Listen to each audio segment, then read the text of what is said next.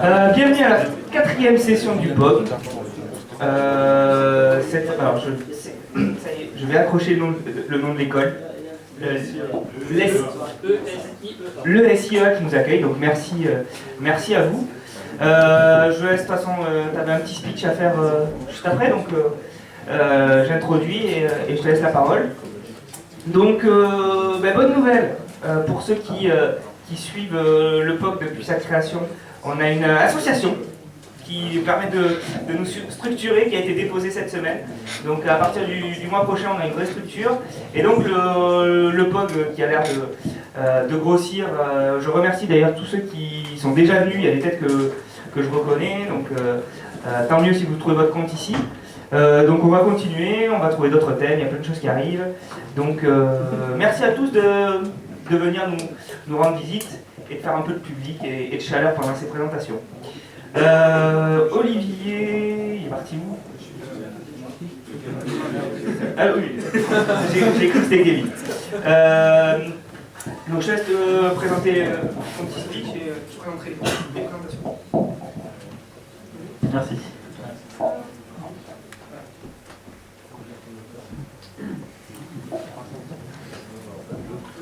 Donc bonjour et bienvenue donc, à l'ESIEA, donc c'est notre école, on est content de vous accueillir aujourd'hui. Il y a quelques étudiants d'ailleurs qui sont ici je pense pour chercher des stages, j'ai vu derrière déjà des gens qui cherchaient des stagiaires, donc ça va bien se compléter je pense. Et que faites connaissance entre vous. Alors nous on est là aussi pour aider à organiser ce POG, donc si vous avez des questions, n'hésitez pas, on est là pour y répondre. Les toilettes sont juste à côté, à la sortie, vous aurez un petit buffet à la fin. Et puis là, comme chaque session du POC, si vous connaissez bien. Et puis voilà, donc nous on va faire une petite présentation d'un projet qu'on a dans notre école, qu'on fait à 4. Donc qui nous sommes donc 4 étudiants de 4e année à l'ESIEA. Donc 4e année, effectivement, on a presque fini nos études. Dans un an, on va chercher nos stages de fin d'études, nous aussi. Au passage, on a mis nos identifiants Twitter. N'oubliez pas non plus de tweeter POG ce soir, puisqu'il y a aussi une réunion de Cocoahead ce soir, et il faut montrer que Android est puissant avec sa communauté. Alors, communauté, nous, c'est justement ce qu'on va chercher. En fait, notre projet, c'est quoi? C'est de faire un site communautaire autour du développement mobile.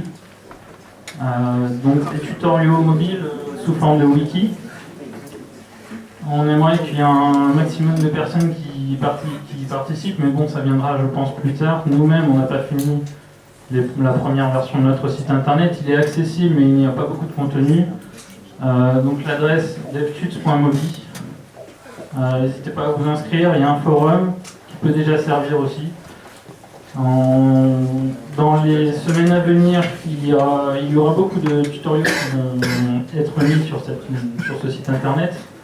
Ce qu'on voudrait surtout, c'est faire un site qui parle non pas que d'Android, mais de toutes les plateformes mobiles.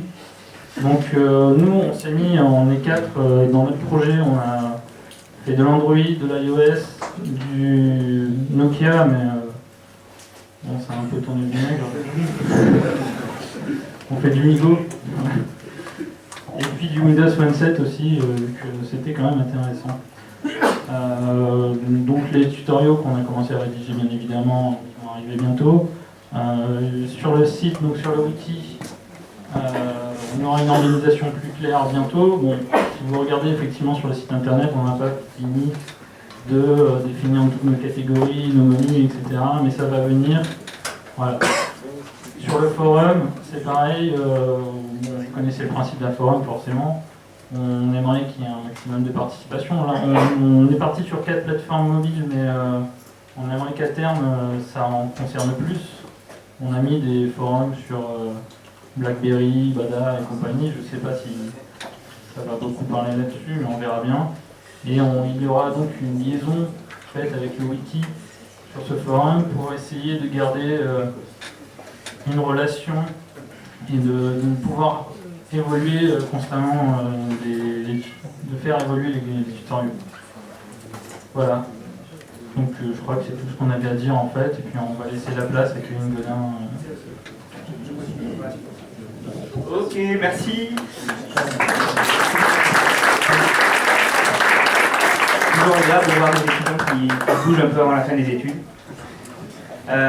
Donc, pour aujourd'hui, dans un premier temps, on a Kevin Godin qui vient nous présenter sa librairie open source ACRA de gestion de bugs, de rapport de bugs. Et derrière, donc, qui est aussi notre sponsor pour cette soirée, c'est PayPal, qui vient nous présenter leurs outils pour Android, pour intégrer le paiement PayPal sur Android. Juste derrière, avant de partir, comme à chaque fois, au petit pot, au petit buffet qui vous attend avec quelques pizzas et quelques boissons, on aura un petit speech sur la vie de l'association, justement, et ceux qui seraient intéressés par nous aider. Et puis d'ici là, je laisse la place à Kevin. Bon courage. Voilà, c'est le sujet de ce soir. Enfin, pour la session en tout cas, c'est de vous aider dans le développement d'applications Android à améliorer la qualité de vos applications en recueillant facilement des rapports d'erreur quand elle est en liberté sur les différents devices Android sur lesquels elle est déployée. Donc, le programme de ma présentation, ça va être relativement rapide. Voilà, j'ai fini l'application. Maintenant, qu'est-ce que je fais Ensuite, ACRA, qu'est-ce que c'est Ajouter ACRA dans vos projets, c'est quelque chose qui est très simple. C'est la philosophie d'ailleurs de cette librairie, c'est que ce soit le plus simple, le plus light possible pour être facile à utiliser. Le détail des fonctionnalités, qui vont bientôt arriver dans la prochaine version. Quand utiliser ACRA au mieux, est-ce que c'est uniquement en développement? Est-ce que c'est pour faire du bêta-test? Est-ce que c'est en production? Et dans le futur, qu'est-ce qui pourra venir par la suite? Et si vous avez des questions, n'hésitez pas à m'interrompre également, même pendant la présentation. Ça peut être interactif, il n'y a pas de problème. Donc j'ai fini mon appli. Je suis content, j'ai une appli qui marche sur mon téléphone ou sur mon émulateur. Maintenant, je vais devoir l'envoyer à ses utilisateurs. Alors il y a deux cas, le grand public ou l'entreprise. Le grand public, c'est facile, j'envoie sur Android Market. Et en entreprise, j'envoie mes utilisateurs. Et après, qu'est-ce qui se passe? J'attends qu'on me fasse des retours. Puis un jour, il y a des retours. Alors, en grand public, souvent, ça se résume comme ça. Des commentaires sur le market avec des 1 étoile. Puis j'ai installé, ça marche pas sur mon HTC Desire. J'ai tout désinstallé et c'est mauvais. Ça ouvre pas les photos. Là, c'est des commentaires réels qui étaient issus de mon appli que j'ai commencé avant de faire la librairie. Donc ça n'ouvre pas les photos sur mon téléphone, ça n'affiche rien, et il y a OI qui est bien mieux, forcément. Waouh, ça marche même pas, c'est une bonne idée, mais ça serait bien que ça marche. Enfin, il faudrait réparer, ou alors plus rapide, stupide. Voilà. Avec ça, on est bien. Côté entreprise, on se dit que ça peut être un peu plus structuré. On peut aussi recevoir des mails assez simples comme celui-là, c'est gentil. Voilà, j'ai testé l'application que tu m'as envoyée il y a 2 semaines. C'est bien, mais il y a plein de force clause, il faudrait peut-être enlever ça. C'est bien, on est bien parti pour pouvoir débugger tout ça. Bon, qu'est-ce qu'on peut faire? Grand public. Déjà, on ne peut pas répondre sur les commentaires du market Android. Donc l'interaction avec les utilisateurs, on ne peut pas faire grand-chose. Il y a des rapports d'erreur qui sont proposés par le market, mais qui sont uniquement depuis certaines versions récentes d'Android à partir de la 2.1 et qui donnent assez peu de détails, je peux vous montrer d'ailleurs. Ça c'est la développeur console Android. On reçoit des rapports d'erreur. On peut aller voir un peu ce qui se passe, n'importe laquelle. Voilà. Ça c'est un rapport d'erreur. Dessus, on a des infos assez limitées. Plateforme Android. Qu'est-ce que c'est exactement la plateforme Android? On ne sait pas trop. On a la stack trace, heureusement. Ça c'est quand même le truc indispensable. Donc là on peut voir dans le code où s'est passée l'exception. Et c'est tout.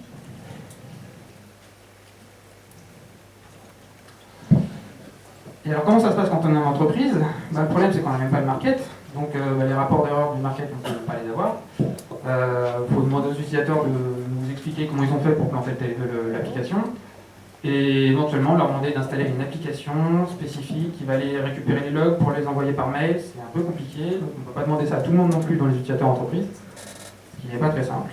Ou alors, il y a une possibilité qui est de développer un Uncaught Exception Handler.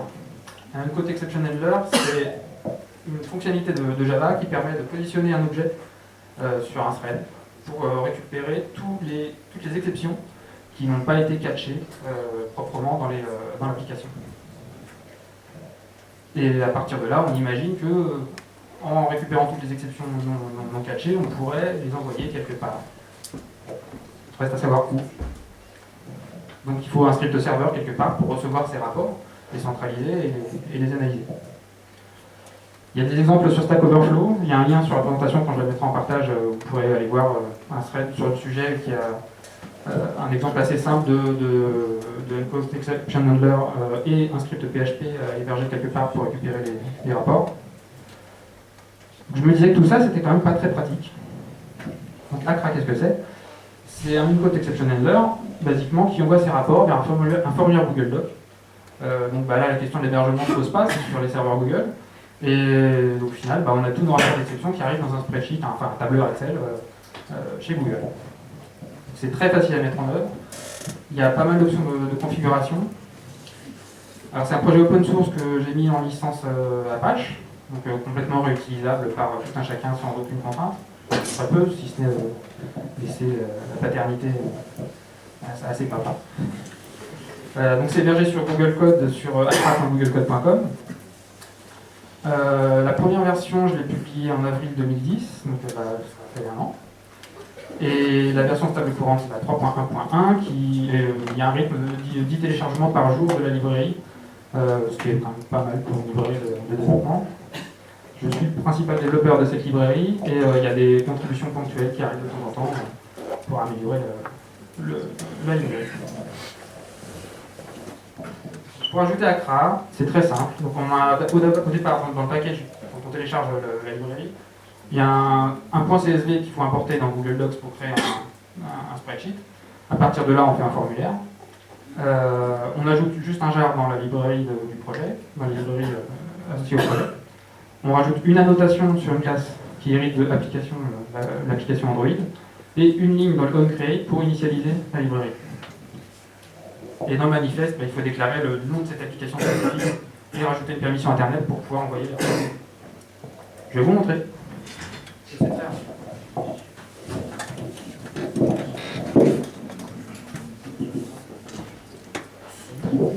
J'ai une application toute bête. Je vais vous montrer ce qu'elle fait.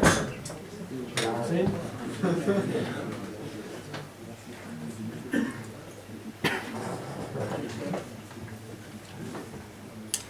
Le beau téléphone Android 1.5, parce que je voulais montrer aussi que c'est une librairie qui est compatible toutes versions Android, y compris les plus anciennes. Alors j'ai pas testé sur du 1.1, mais je me suis dit que c'était quand même pas la peine d'aller jusque là. Là j'ai une application qui a une activité principale qui permet de lancer une deuxième activité qui elle crash. Le test de base. Voilà. Force close. Bon. Donc je veux rajouter la craft. Je rajoute une classe. Mayap, qui est en l'application Android. Toc. Je récupère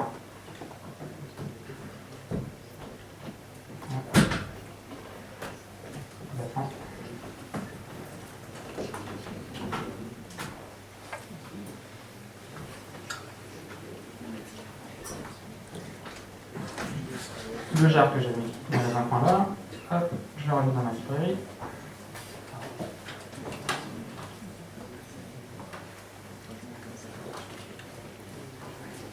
Je le rajoute à mon projet. À partir de là, une annotation. Oh.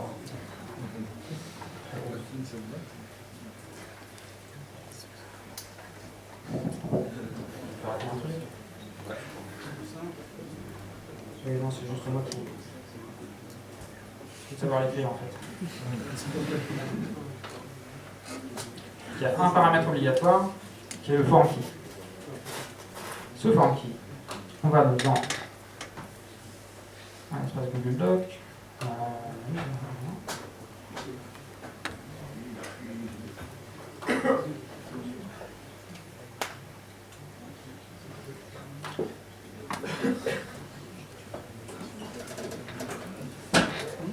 un CSV pour initialiser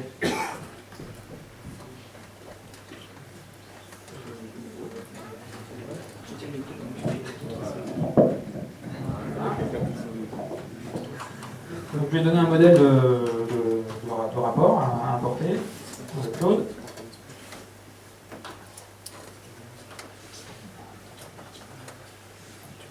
Le Wi-Fi est très rapide. Voilà. Donc voilà, basiquement, il a créé juste les en-têtes de colonne. Là-dessus, je crée un formulaire. Il reprend tout seul les en-têtes de colonne, c'est parfait. Je sauvegarde, je récupère la clé qui est en bas. C'est ça l'élément important. Hop. Que je colle dans mon form key. Donc ça c'est le premier prérequis. Et après, il faut juste surcharger le button create qui est vraiment appelé à lancement de l'application. Et le plus tôt possible. À 1 minute de 10. Donc ça y est, mon application est prête à envoyer des rapports. Je vais vous montrer ça. Donc j'ai mon formulaire, mon spreadsheet qui est là. Je lance l'application. Je reprends l'appli qui se relance. À partir du moment où j'ai une exception qui arrive, je devrais avoir ici apparaître.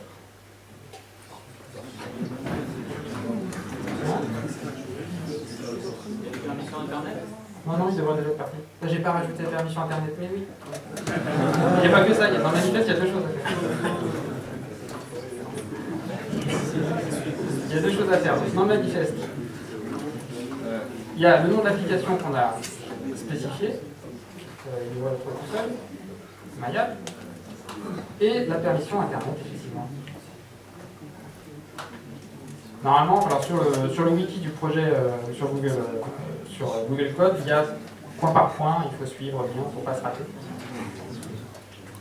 Et c'est assez facile. Donc voilà, ça c'est fait. Et on recommence.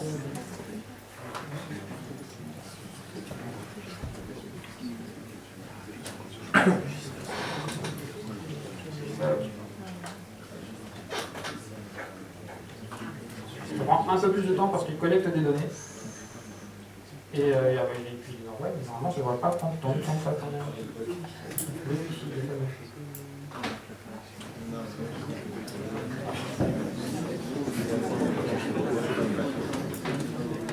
Je pense que les réseaux de 3G habituels sont encore plus rapides que celui-là parce que j'avais autant de temps. Voilà, c'est fini.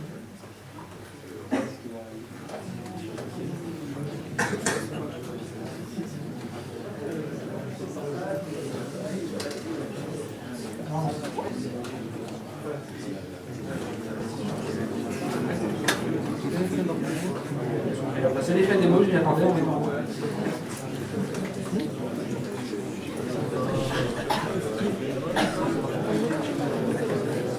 Et on arrête le voir. C'est quoi ça? Je vais vous montrer un rapport qui est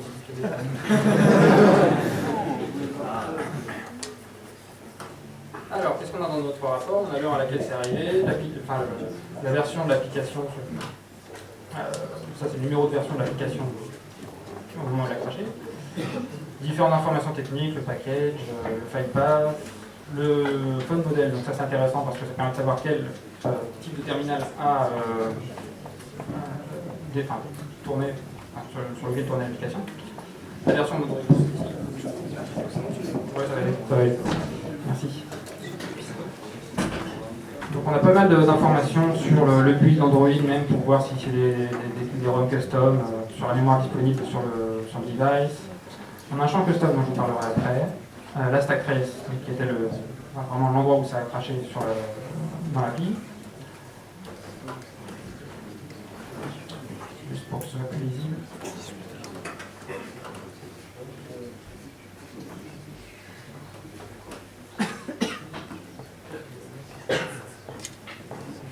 La stack trace. Et c'est à peu près tout dans cette version-là, sachant que ça sera enrichi un jour. Alors, ça c'est pour la démo. Normalement, ça aurait dû marcher. C'est pas grave.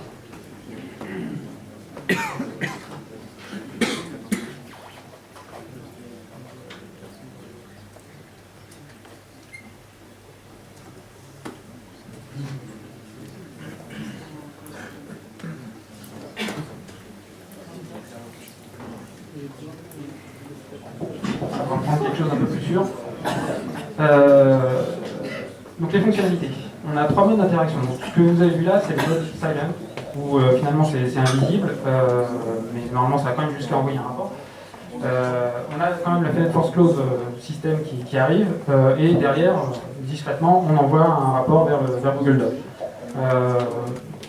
Ça a en même temps, pour les devices qui ont la fonctionnalité d'envoyer des rapports vers le market Android, ça veut dire qu'on envoie un rapport même si la personne elle-même ne refuse d'envoyer le rapport Android. Ça peut être moyen par rapport à l'honnêteté vis-à-vis de l'utilisateur.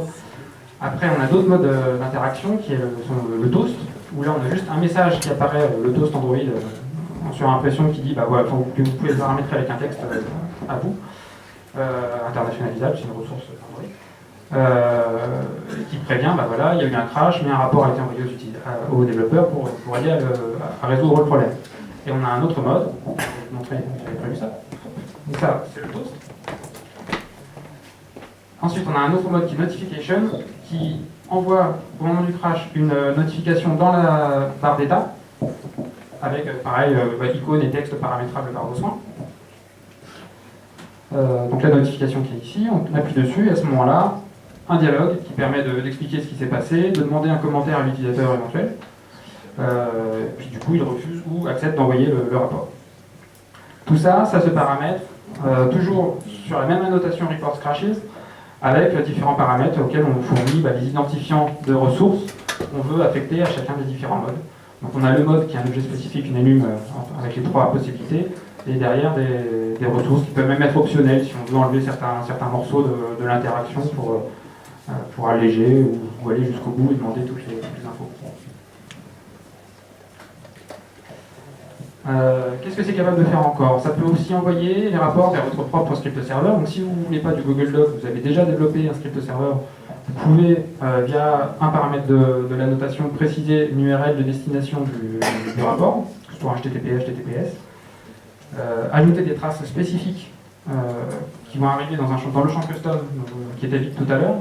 Dans votre code, à des endroits stratégiques, vous avez placé des lignes error reporter.getInstance, custom data avec un libellé, une valeur. Vous mettez ce que vous voulez. Ça permet de vous tracer ce qui s'est passé dans le cheminement de l'utilisation de l'application. Il y a des items de shared preference qui permettent d'autoriser vos utilisateurs à activer ou désactiver l'envoi de rapport. Donc, comme ça, vous pouvez, au moment du toast, si vous préférez que votre utilisateur ait la possibilité de désactiver, vous pouvez dire vous pouvez aller dans les préférences pour désactiver les rapports. On peut envoyer des rapports manuels. Il y a certains cas où quand même on attrape proprement des exceptions et on se trouve à un endroit où on pensait ne pas être possible d'aller dans le code.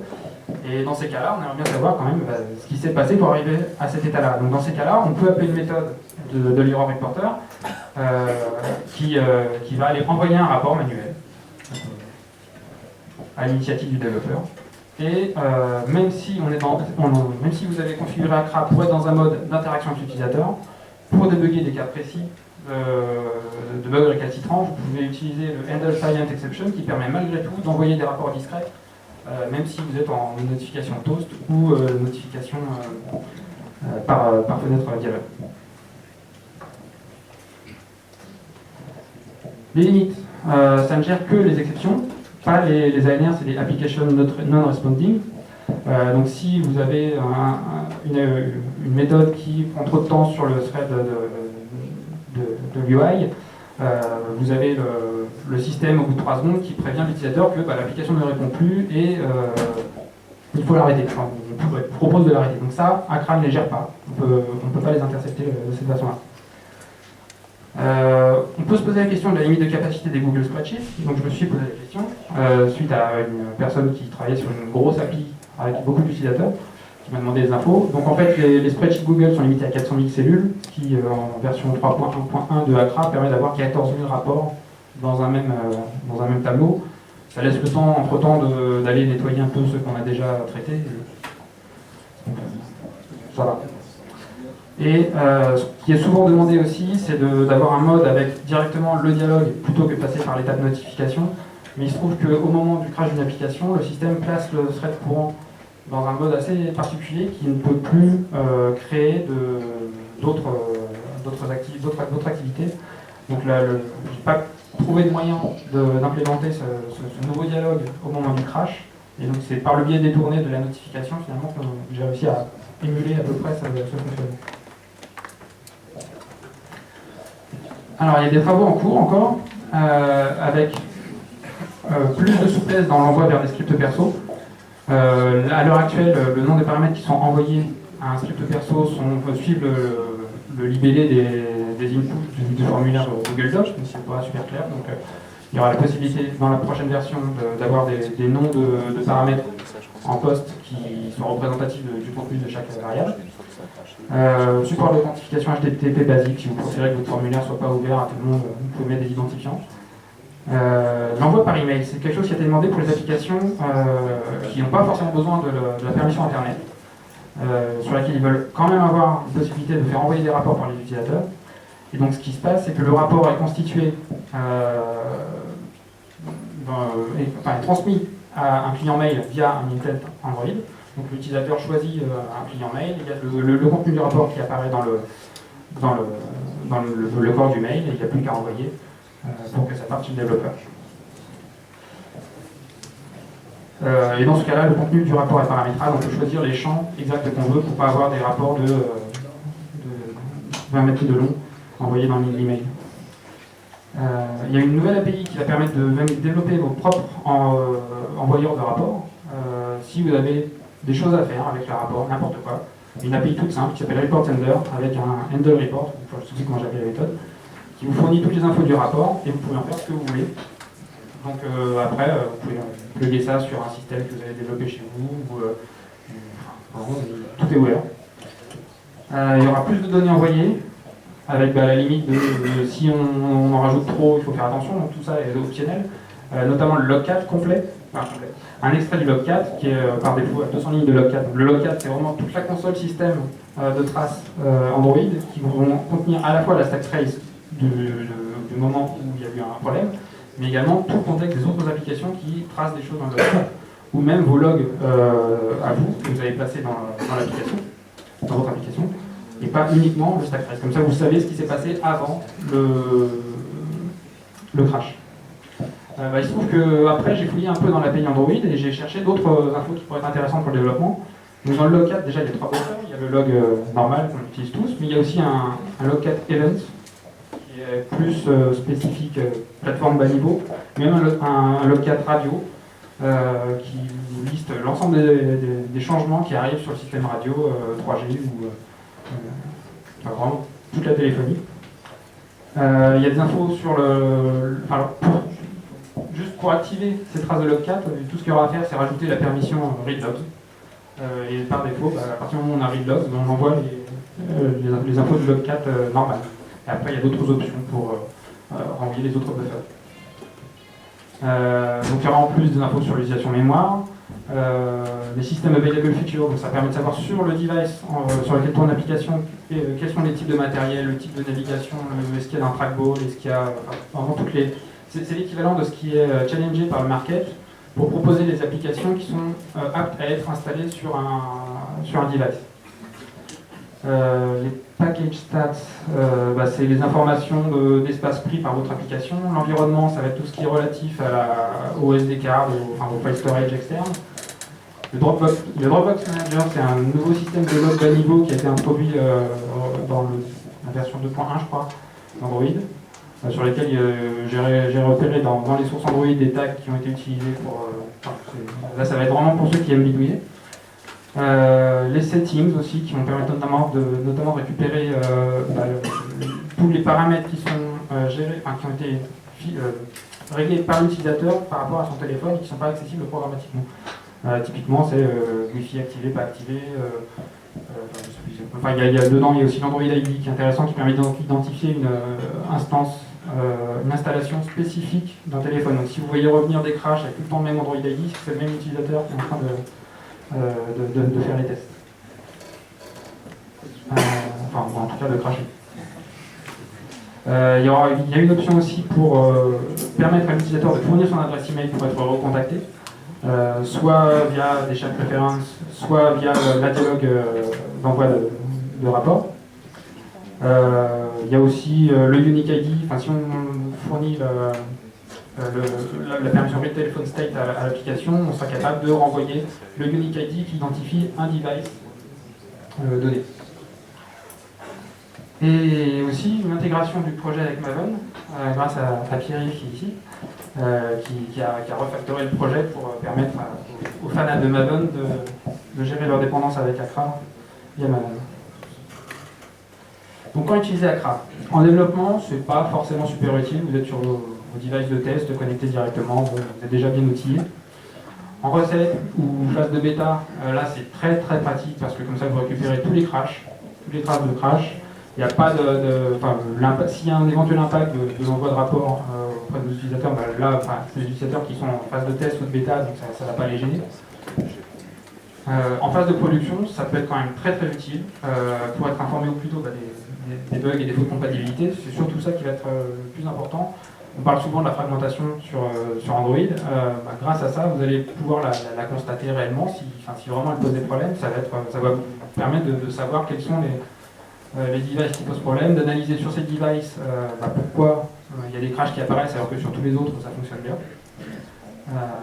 Après, la limite, c'est peut-être si l'application a une grande base d'utilisateurs, peut-être que ça va être problématique d'avoir des centaines de rapports qui arrivent tous les jours à traiter.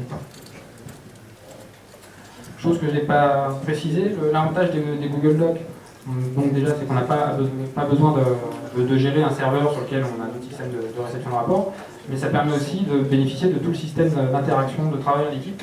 Un spreadsheet peut être partagé, consulté en simultané par plusieurs personnes. Vous pouvez coloriser les lignes pour dire que ça a été traité, etc. Et aussi paramétrer les notifications pour recevoir des mails, soit à chaque fois qu'une nouvelle ligne a été insérée dans le doc, soit en fin de journée pour avoir un bilan du nombre de rapports qui sont arrivés. Une fois cette version qui est en cours de finalisation publiée, il y a d'autres travaux que j'aimerais mener sur ce sujet-là, notamment sur tout ce qui va être analyse des rapports, faciliter l'aide au diagnostic. Il y a des choses intéressantes qui ont déjà été faites, notamment par Yann Berkel, qui a fait un exemple de ce qu'on peut faire en combinant juste deux API Google. Donc c'est avec la Google Visualization API, en faisant des requêtes assez simples directement sur les spreadsheets. Donc, on a les tableaux de données, voilà, mais surtout des graphiques qui vont vous permettre de savoir, par exemple, dans ce qu'il a fait là, en fonction de ma version d'application, quelles sont les versions d'Android qui posent le plus de problèmes. Ou alors, pour aller plus loin, c'est un peu toujours la même chose. En gros, on va pouvoir combiner les différentes colonnes du rapport pour faire des analyses croisées de données. Un peu plus bas, il y a notamment les devices eux-mêmes. Voilà. Mon application en version 1.4.3, elle a beaucoup porté sur Desire HD et sur HTC Hero et un peu moins sur les autres. On peut voir les répartitions et donc tout ça, ça se fait assez facilement. Enfin, il y a un lien sur la page d'Accra pour aller voir comment ça a été implémenté.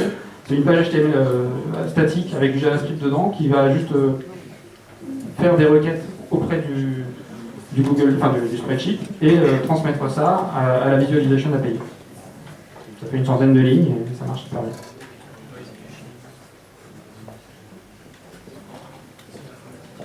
Donc après, ce que j'aimerais essayer de travailler, c'est manipuler les rapports, faire des croisements éventuellement entre différents rapports qui viendraient d'applications différentes, implémenter des systèmes de visualisation de rapports qui extrairaient des données pour les présenter d'une façon un peu plus visible, avec un lien vers le code si vous utilisez un repository de code public, des choses comme ça. Deux idées comme ça qui me tournent dans la tête. Et éventuellement des intégrations à des bug trackers existants pour que quand un rapport arrive, il puisse être rattaché à une anomalie dans un bug tracker, des choses comme ça. Et puis toutes les idées que vous pourriez avoir éventuellement et que vous pourriez contribuer également sur le projet. Donc le projet c'est accra.googlecode.com avec tout ce qui permet d'utiliser, wiki, sources publiques, etc. Un groupe de discussion sur Google Groups, accra-discuss. Un compte Twitter Kelingo dans le mien. Je viens de créer récemment Crash Reports qui sera le compte Accra sur lequel je ferai la communication sur vraiment une dédiée à Accra. Voilà, donc moi j'ai terminé ma présentation. J'ai quelques remerciements avant de éventuellement passer à vos questions. Bon, non, on va commencer par les questions, je vous remercierai.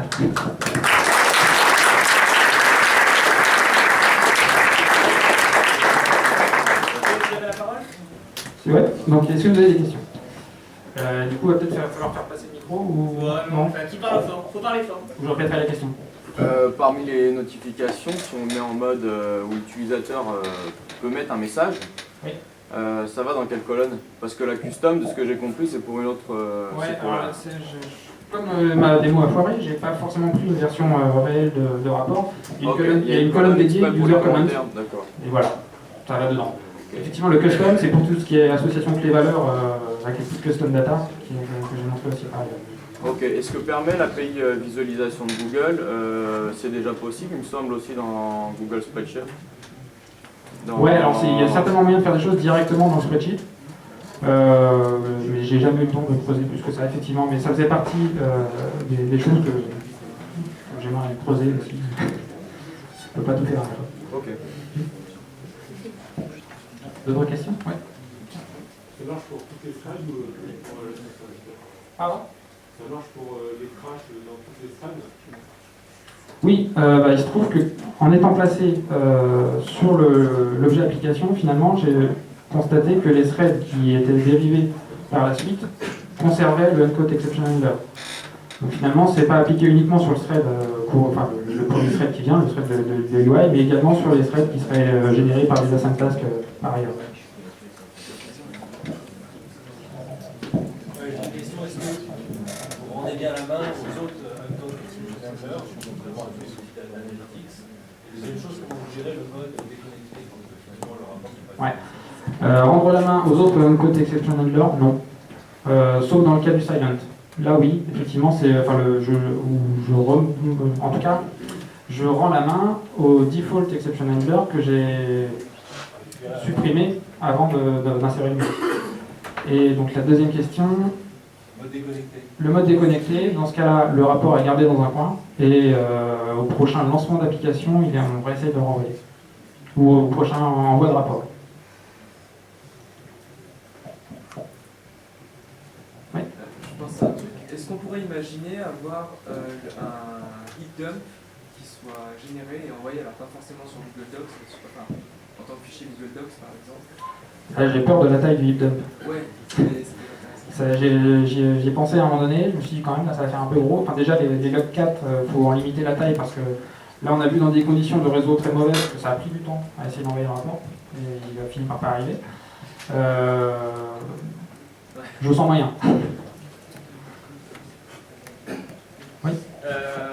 Il y a une fonctionnalité qui est sympa pour les projets open source, c'est le Is Library de Android. Est-ce que ce qui permet de facilement changer le code en fonction de son utilisation, est-ce que ça va rester sur un point jar ou à terme ça peut être intéressant? Non, j'ai pas utilisé les fonctions de projet Android Library.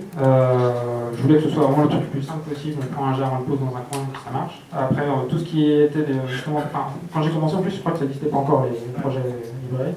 Et du coup, tout ce qui est dépendance avec des ressources système, on les transmet via la notation des paramètres, le r.id, quelque chose. Et je vois pas trop d'intérêt à reporter ça dans une librairie Android. Si vous voulez récupérer le source est public, vous faites un checkout, vous le récupérez via Maven, il y a moyen, on peut tout faire.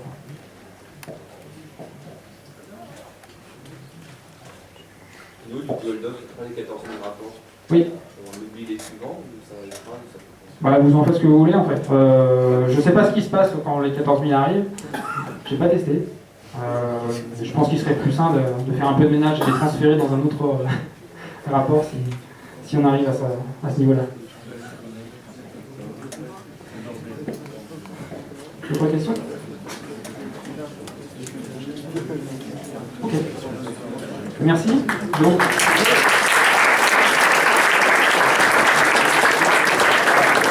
j'avais juste quelques remerciements en particulier.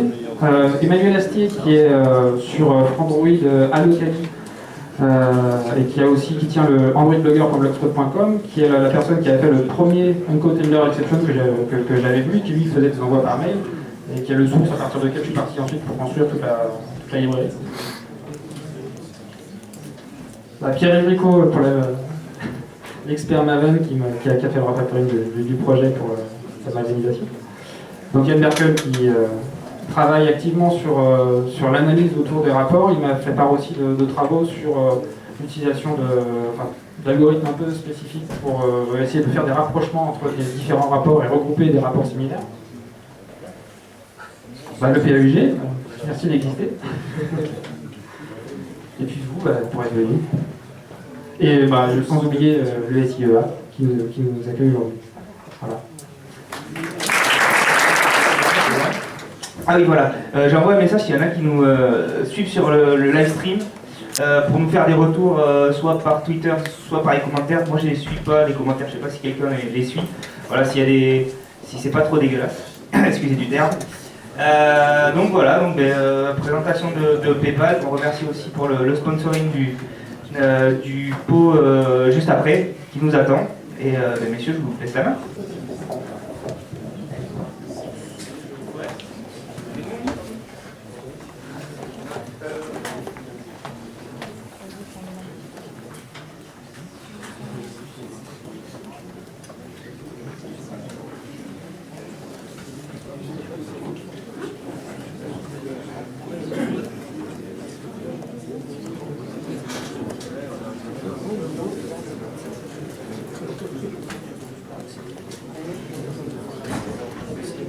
Pourquoi il faut toujours que la fonction de multi-écran pose problème?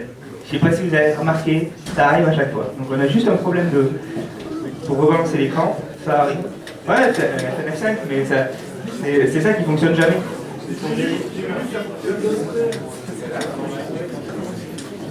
Bon, mais en attendant, tiens, je vais lancer le premier jeu concours. Vous allez jouer malgré vous. Ce soir, on a les sympathiques personnes qui décident d'apporter des choses pour le POG. Alors on a Alexis qui a discuté avec Digibooks, l'éditeur, et Pearson pour nous avoir des bouquins, et j'oublie toujours ton prénom, Jérôme, qui discute toujours avec Manning et qui nous a des e-books. Alors ils vont être tirés au sort, tout bêtement, sur les... ils ont déjà été tirés au sort? Oh, tu es très fort. Ouais, suspense. Alors, roulement de tambour, c'est bon. Alors donc on a donc 5 bouquins que je vais donner. Hop là, on va les empiler. Et le 6e, ce sera Manning. C'est Manning, je ne mords pas. Manning. Alors, donc le premier, donc développer des applications professionnelles avec Android 2. Pour ceux qui ne connaissent pas, il a été rédigé par Reto Meyer, qui est Google évangéliste, si je ne dis pas de bêtises. Et voilà, gros niveau, on ne démarre pas sur Android avec ça. C'est plutôt pour continuer à maîtriser Android. Alors, donc, dans l'ordre, il est là. Johan. Donc,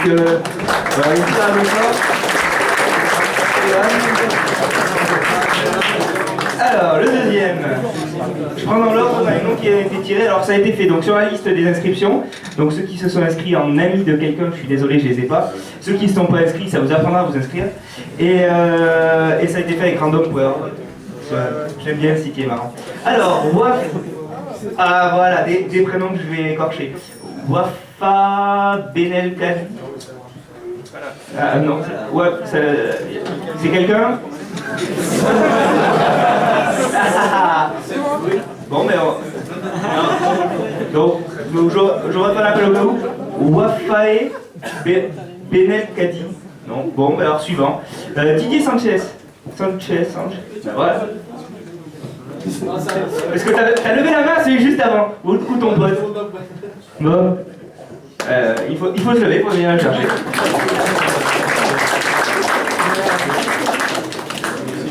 Alors suivant, si j'appelle quelqu'un et que tu relèves la main, ça va se voir, je te préviens. Antoine Barbier.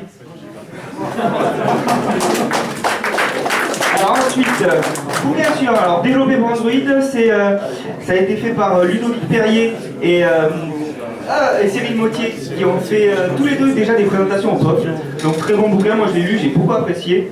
Bonne approche pour pareil, c'est pas pour les débutants, c'est plutôt pour les expérimentés. Il y a des outils un peu avancés et puis surtout des perfs à améliorer. Alors, Patrick Bouilloux.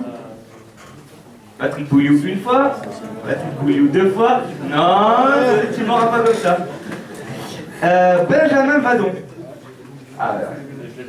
Ah, tu l'as déjà, tu le remets en jeu? Ou sinon Manning c'était... ou sinon le e-book de Manning. C'était... c'est Android in Practice. Donc Android in Practice, offert par Manning. Alors là je ne connais pas par contre le e-book. Tu vois avec Jérôme après. Ça pleut. Ah mais est-ce que c'est lui? Est-ce que c'est celui-là? Jérôme de Rosard. Jérôme, c'est pas toi de Rosard? On peut lui donner Ah mais tu connais, bon mais vous lui transmettrez. Attends, je suis en train de me dire, c'est hors règle parce qu'il fallait être présent. Je le remets en jeu, il avait qu'à venir. Je la prendre à venir. J'ai un Xavier Alad. Voilà. Alors ensuite dans l'organisation. Et pour le dernier, Pierre-Yves Rico.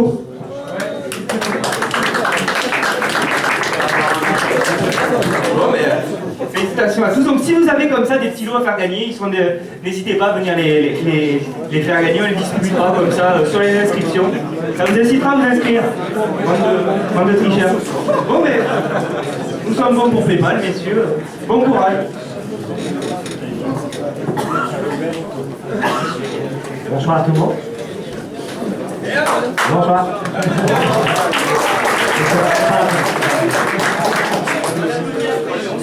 Exactement.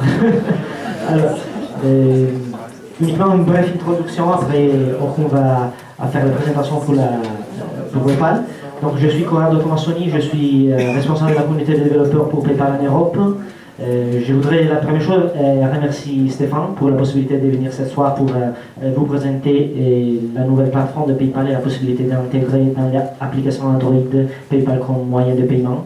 Et maintenant, PayPal a ouvert la plateforme en 2009 et maintenant possible d'intégrer dans l'application Android et en application basée sur iPhone, iPad, PayPal comme moyen de paiement.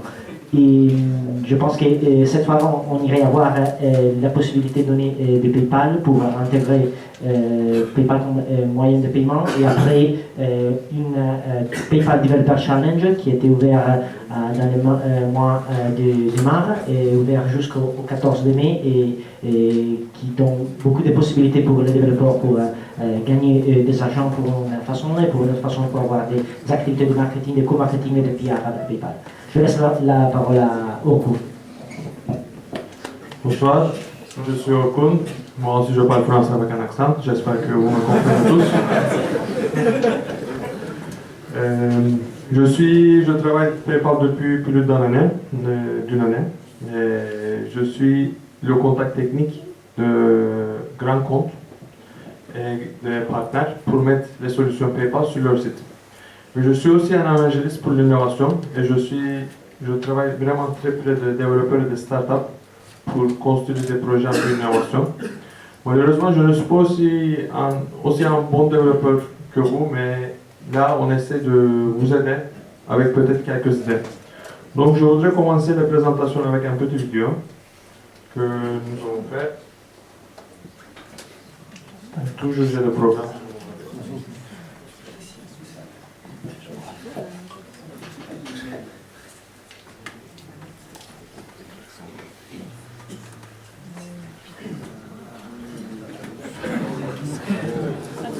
commence bien. Donc plus de connexion. En fait, cette vidéo se montrait une utilisation. Prenez à charger la page. J'ai plus de.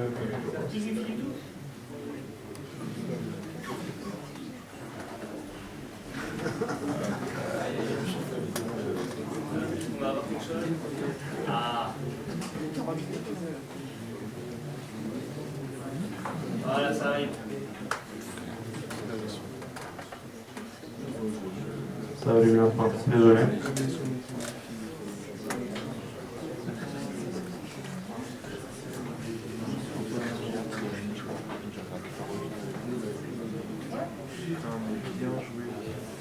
Il y a du son? Non. Donc, ça montre une utilisation d'une application mobile pour le paiement d'une façon un peu différente.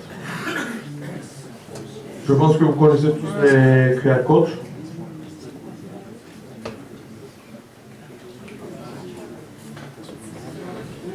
Donc, en fait, l'idée, vous scannez le QR code avec votre application iPhone ou Android.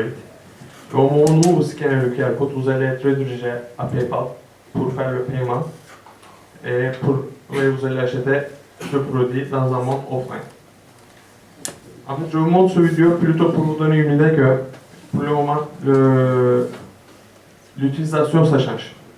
Il y a 5 années, on ne pouvait pas penser à une utilisation comme ça parce qu'on n'avait pas des devices et les appareils comme ça.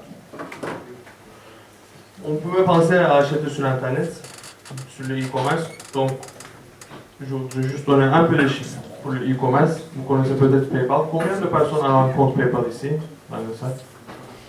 Pas mal. Donc, je vais passer ces informations très rapidement, ne vous inquiétez pas. En fait, globalement, il y a 224 millions d'utilisateurs et en France, il y a plus de 10 millions d'utilisateurs. Ça date un peu, c'est pour cette présentation. Ça veut dire qu'il y a un tiers de cyberacheteurs qui utilisent PayPal. Donc, si vous faites une application, vous développez une application, il y a un tiers de cyberacheteurs au moins, ils peuvent payer par le compte PayPal. On a lancé, comme Corrado a dit, on a lancé notre plateforme qui a le plus cool domaine name de l'histoire, je pense, x.com. C'est tout. Et nous, on voit bien qu'il y a un bon écosystème de développeurs partout, et nous ne sommes pas les seuls à voir. Vous pouvez développer des applications pour Google, pour Facebook, pour Twitter, en fait, pas pour, mais en utilisant les services et les API. Nous aussi, on a publié nos API. En fait. Et je voudrais aussi parler un peu de e-commerce, parce qu'en fait, comme on a dit, on peut vous aider sur la monétisation de votre application.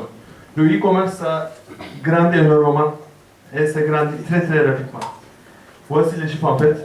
Et on pense qu'en 2012, on va approcher à 500 millions de milliards de volume. Je peux vous dire qu'en expérience eBay, et de 2009 à 2010, le volume de transactions sur l'application eBay, ça a triplé. Et il y a une vitesse énorme. Je peux vous dire que c'est comme le début de e-commerce il y a 10 années ou 12 années.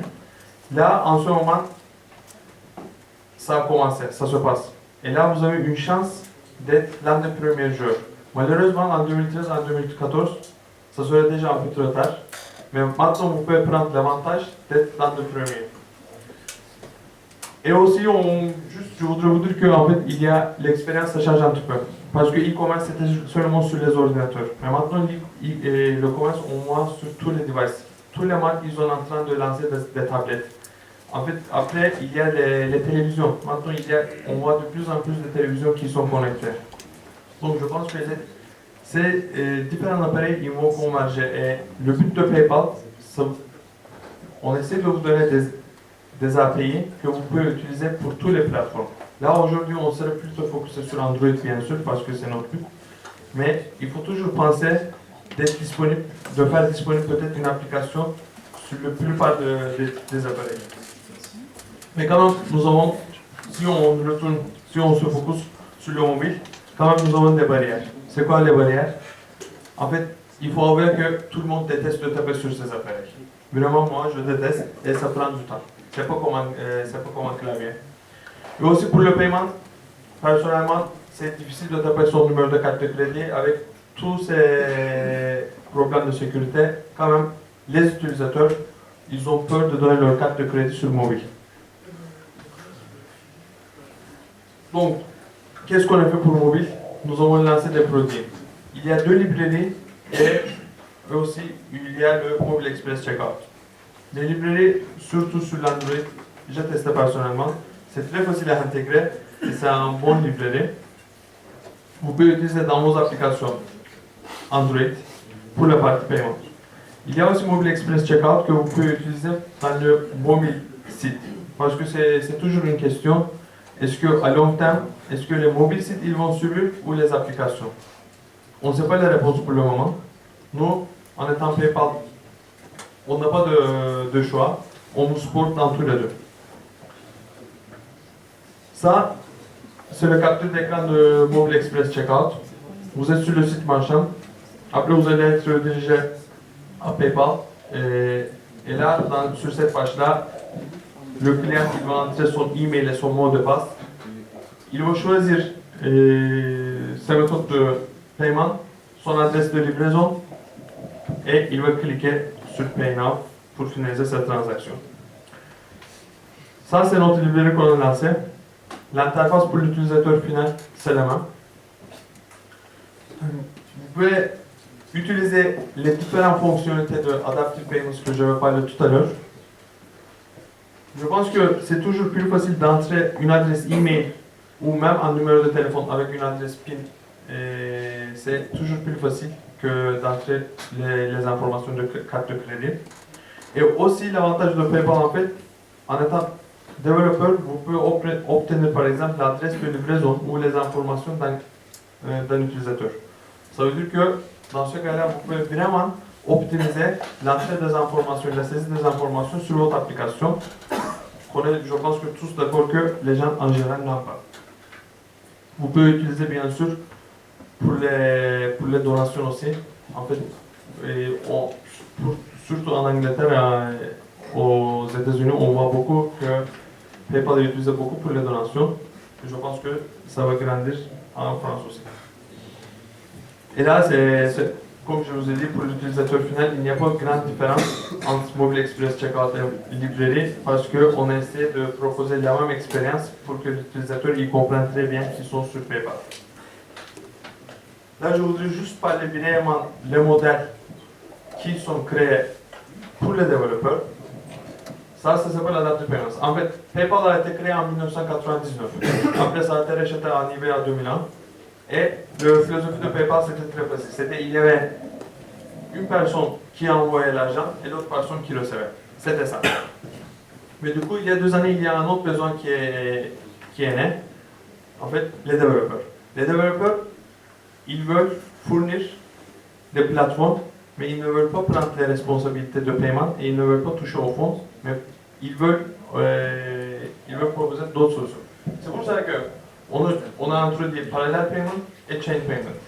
Par exemple, dans le cas de Chain Payment, on peut penser que vous lancez une plateforme et après vous lancez une plateforme de musique par exemple et vous avez des différents fournisseurs, mais l'utilisateur final vous paye et pendant la même transaction, vous payez aussi vos fournisseurs. Ou aussi, vous ne voulez pas toucher de l'argent, mais vous pouvez faire seulement un appel à payer pour que l'utilisateur paye directement à vos fournisseurs. Ce sont les différents modèles possibles. Et ça, c'est notre site web, x.com. Vous pouvez aller, vous allez voir toutes les informations dedans. En fait, vous pouvez télécharger les librairies. J'ai une petite vidéo qui n'est pas connectée. Ça, c'est mon application test. C'est vraiment moche, je sais, mais c'est juste pour montrer que l'expérience utilisateur, comment ça se passe. Je ne suis pas un bon développeur du tout, et ça m'a pris 10 minutes d'intégrer à mon application. C'est vraiment très facile d'utilisation de librairie. Vous pouvez télécharger à partir de x.com. Vous allez trouver dedans les documentations. Vous voyez, l'adresse de livraison, je peux changer. le funding source, le source d'approvisionnement, je peux changer aussi.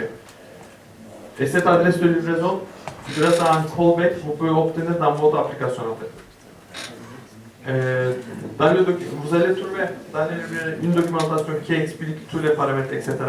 Et aussi un exemple d'application de pizza que vous pouvez tester sur votre simulateur et que vous pouvez voir.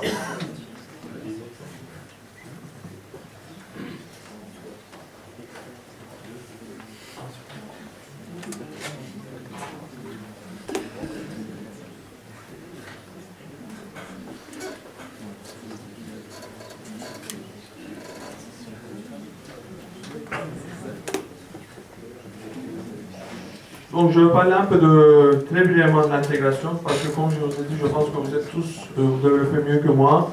Je pense que vous allez vous intégrer, vous allez vous adapter plus rapidement que moi.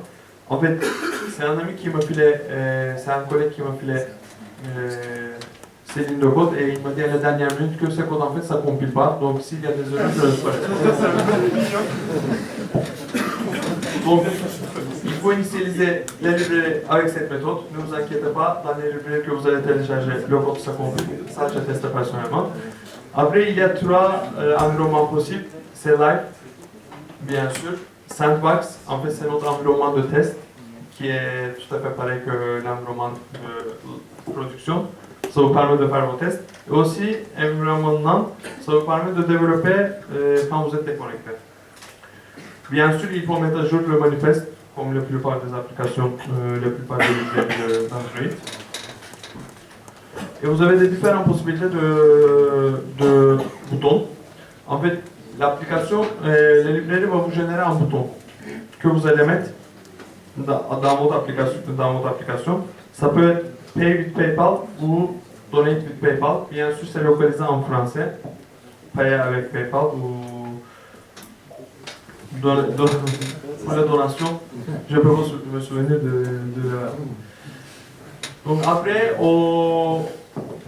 il faut juste initialiser, on clique méthode, la librairie avec les paramètres, comme les devises, comme l'adresse de receveur. Et aussi, il y a le type de paiement. Et aussi, vous pouvez mettre des différents paramètres. Dans la documentation, vous allez trouver tous ces paramètres avec les possibles valeurs. Il y a deux options. Le premier, c'est la langue. Vous pouvez mettre français, anglais, des différentes langues. Et aussi, Shipping Enabled, comme je vous ai dit, en fait, ça vous permet d'obtenir l'adresse de livraison à partir de PayPal. J'ai oublié de vous dire, en fait, si vous avez des questions, n'hésitez pas à m'interrompre. Ça serait interactif, ça serait plus amusant pour moi, en fait. Là, parce que j'ai le mal de moi, même en fait, j'ai le mal de moi, en fait. Donc, il y a trois possibilités. Paiement est OK, donc c'est bon, l'utilisateur vous a payé. Payment cancelled, il est annulé, parce qu'il y a toujours une option annuler la transaction et retourner à l'application, ou payment failed, donc il n'y a plus de sous sur sa carte bancaire, donc c'est rejeté. Ce sont les langues qui sont supportées. Donc, la partie approved, je pense que c'est l'une des parties un peu qui est difficile, l'approved. On est obligé de revoir toutes les applications qui utilisent PayPal parce que en Europe, nous sommes un banque luxembourgeois et nous sommes régulés très très fortement. C'est pour ça que quand vous utilisez la librairie PayPal, à la fin, il faut que vous soumettiez votre application et nous on revoit. En général, les revues, ça dure entre une semaine et 2 semaines, mais mon expérience, en fait, nos collègues, ils répondent plus rapidement qu'une semaine, mais en public, ils disent que c'est entre une et 2 semaines. Pour soumettre votre application, Android, c'est très facile parce que vous allez soumettre seulement le package APK sur x.com, bien sûr. Donc, quand vous allez soumettre l'application, en fait, sur le site, il y a une My Apps section. Quand vous allez soumettre l'application, bien sûr, on va vous demander quelques informations pour expliquer c'est quoi le modèle de votre application et aussi qu'est-ce que vous utilisez comme fonctionnalité PayPal. comme je vous ai montré, c'est possible d'utiliser les différentes fonctionnalités. Donc, dans ce cas-là, vous allez choisir les fonctionnalités que vous avez utilisées dans votre application. Et aussi, bien sûr, vous pouvez ajouter des documents ou des captures d'écran, des éléments supplémentaires. C'est totalement transparent, la partie de revue. Vous pouvez connecter à X.com, vous pouvez voir l'état de revue de votre application. Bien sûr, si notre équipe a des questions à vous poser, ils vont vous contacter directement par votre email ou même en vous appelant pour avoir une interaction avec vous. En fait, la partie la plus importante, je pense que si vous avez une idée d'utiliser PayPal dans votre application, je vous conseille vraiment d'aller sur X.com. Je pense que ça va prendre une demi-heure de regarder un petit peu. Et surtout, il y a le PayPal X Developer Agreement. C'est pas long, mais je pense que c'est important de le lire avant de commencer à coder pour voir qu'est-ce que vous pouvez faire, qu'est-ce que vous ne pouvez pas faire. Parce que l'expérience, la plus mauvaise expérience possible, que vous codez quelque chose, mais à la fin, on vous dit malheureusement que vous ne pouvez pas faire ça. J'espère que ça n'arrivera pas. Et aussi, il y a une équipe dédiée aux développeurs. C'est paypal.com DTS. C'est Developer Technical Services. Vous pouvez ouvrir des tickets. Si vous avez des blocages pendant votre développement, si vous avez des questions pour les API PayPal, vous pouvez ouvrir des tickets et ils vont vous répondre très rapidement. Moi, si je suis un client d'eux, oui, j'ai une question. Est-ce que vous pouvez donner 2 ou 3 exemples de choses interdites? Par exemple, vous ne pouvez pas faire agrégation. Vous ne pouvez pas faire agrégation. Vous ne pouvez pas dire que moi, je vais récupérer l'argent pour tout le monde et après je vais distribuer au compte PayPal des autres. C'est pour ça par exemple, on vous propose d'utiliser Chain Payments, de faire la même transaction pour qu'on voit aussi les autres acteurs. C'est une des choses qui sont interdites. Et après, vous ne pouvez pas utiliser pour les applications frauduleuses. Mais normalement, il n'y a pas beaucoup de limitations. Mais par exemple, dans les plus grandes limitations, ce n'est pas un cas plutôt pour les développeurs, mais par exemple, les grands comptes, quelque part, ils veulent mettre l'agrégation et on ne parle pas de ça. Quelle est la part que prend PayPal sur les transactions qui sont La part que prend PayPal sur les transactions qui sont effectuées.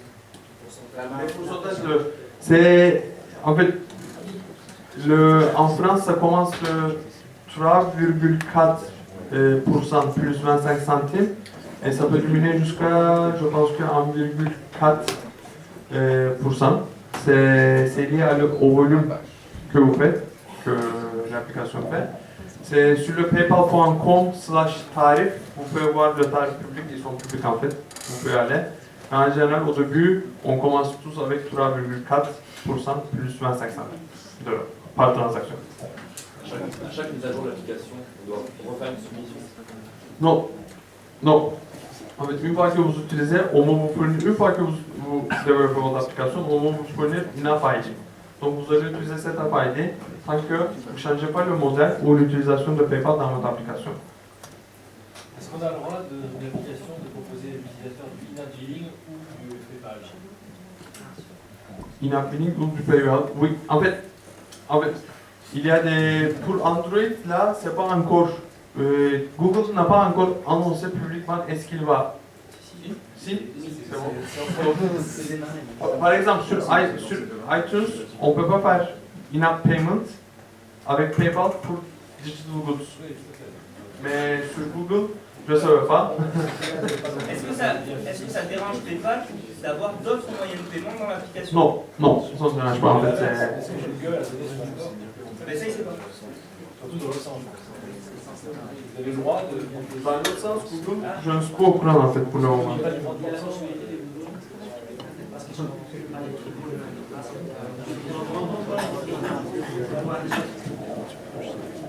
Sur votre marketplace, et ce ne sont pas uniquement les Google Marketplace, il y a la possibilité d'avoir des autres moyens de paiement, spécialement pour les physical goods. Sur les Google Marketplace, maintenant, il y a la possibilité de... c'est très conseillé d'utiliser Google In-App Purchasing pour les digital goods.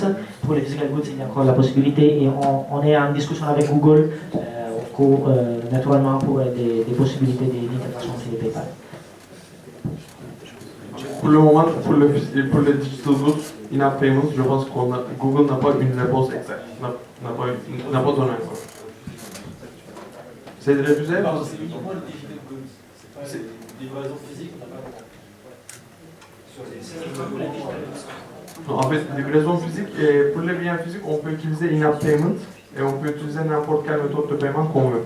La question, c'est plutôt pour les biens digitaux, est-ce qu'on est obligé d'utiliser le méthode de paiement de Google ou est-ce qu'on peut utiliser les autres méthodes?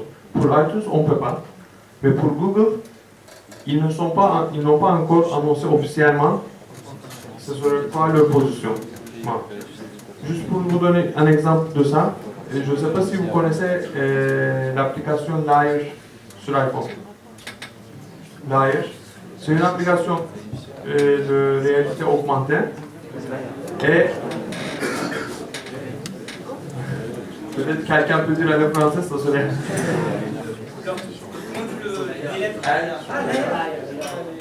Elle est sur Android. Oui, il est sur Android aussi, désolé, mais juste pour vous donner un exemple, en fait, ils ont travaillé très proche avec mes collègues et ils proposent PayPal dans leur application. Comment ils ont proposé? Quand vous cliquez sur acheter un nouveau Lyre, vous allez quitter l'application et vous allez être redirigé vers Safari. Donc ça va vous ouvrir le navigateur, vous allez faire le paiement sur le navigateur et après vous allez retourner à l'application. Donc je sais que notre sujet c'est Android, mais quand même pour vous dire, Apple a approuvé ça, Apple était OK, mais juste je dois vous dire que Apple, dans une semaine, il peut dire non aussi. Donc avec Google, on ne sait pas comment ça va se passer vraiment. Je pense que les discussions au Silicon Valley, ça continue, et pour le moment, on n'est pas au courant. Il y avait une question par là, je pense. Est-ce que vous pouvez gérer la souscription Oui, en fait, il y a une, qu'on n'a pas montré, mais il y a une possibilité de faire pre-approval payments. Pre-approval payments, par exemple, un utilisateur peut vous donner une autorisation d'utiliser son compte PayPal pendant une durée limitée avec un montant limité. Dans ce cas-là, avec un appel à API, sans lui rediriger à PayPal, vous pouvez faire subscription, vous pouvez faire automatiquement des paiements. C'est un appel à API que vous devez mettre de votre réponse. Vous avez une application PayPal sur Android?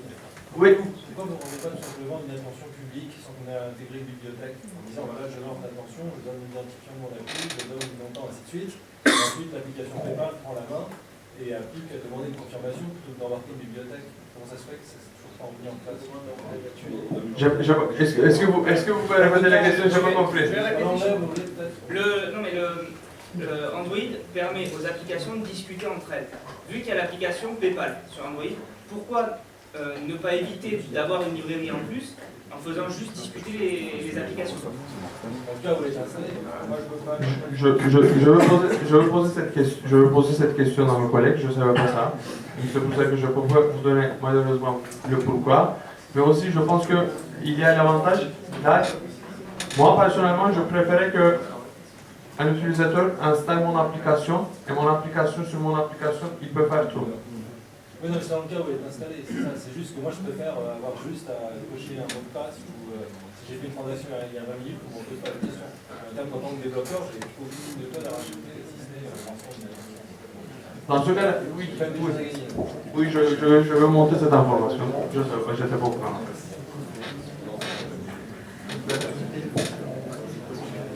Et donc à la base, oui.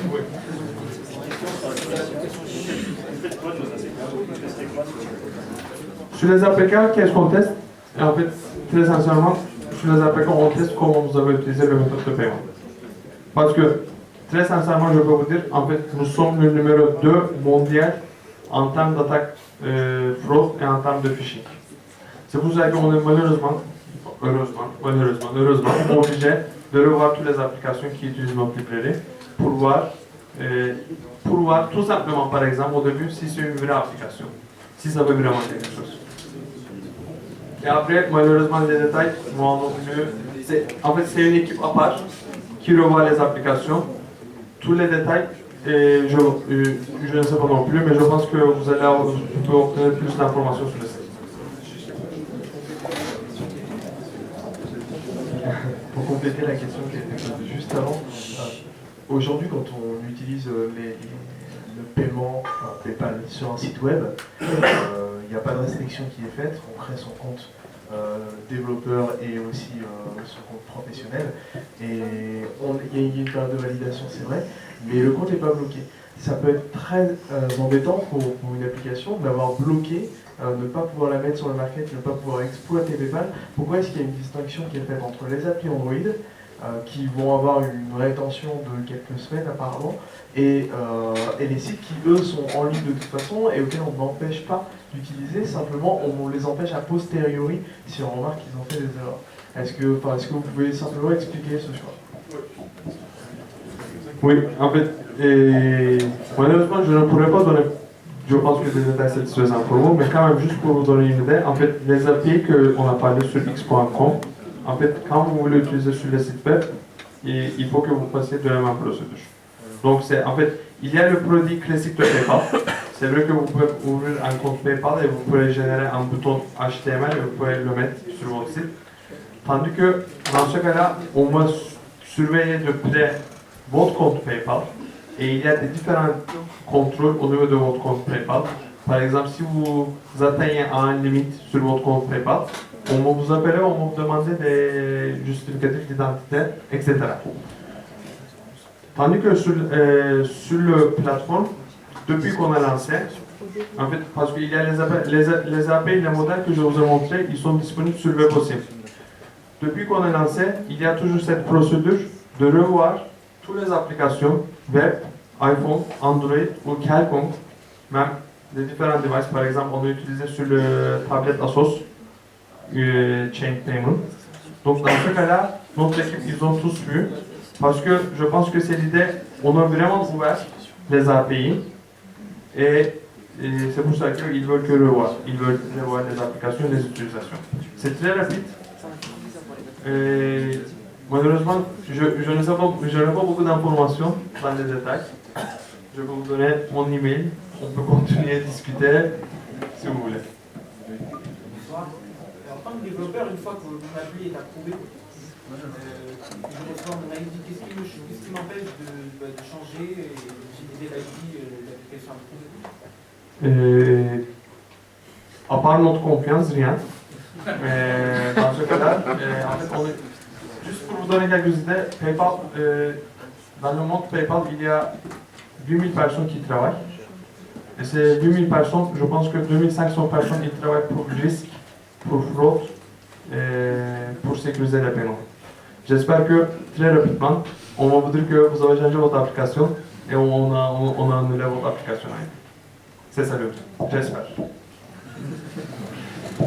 Et ça a tellement en fait une application comme ça qui ont changé, au bout de quelques heures, ils ont coupé. Ils ont pas. Donc peut-être juste quelques mots, on va continuer aux questions, mais je voudrais juste parler de Android Challenge.